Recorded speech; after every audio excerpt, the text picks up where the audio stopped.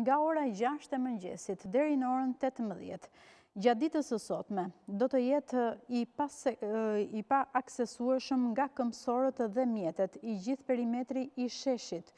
ku do të zhvillohet aktiviteti pra mbajtja e samitit. Perimetri i cili përfshin rrugët nga kryqëzimi në bulevardin Jeanne d'Arc deri në kryqëzimin e rrugës Muslim Shyri, segmenti rrugës Muslim Shyri nga kryqëzimi në rrugën Ibrahim Rugova deri në kryqëzimin me bulevardin Dëshmorët e Kombit, rrugën Ibrahim Rugova nga kryqëzimi me rrugën Muslim Shyri dhe deri tek kryqëzimi me rrugën e Kavajës, rrugën Det Gjon Luli, rruga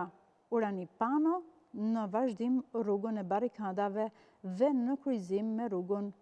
George Bush, pashtu dhe bulevardi Zogu i Parë deri në tunelin e Ish Cirkut. Janë këto rrugët kryesore të cilat do të jenë të paaksesueshme nga këmbësorët, por pashtu edhe nga mjetet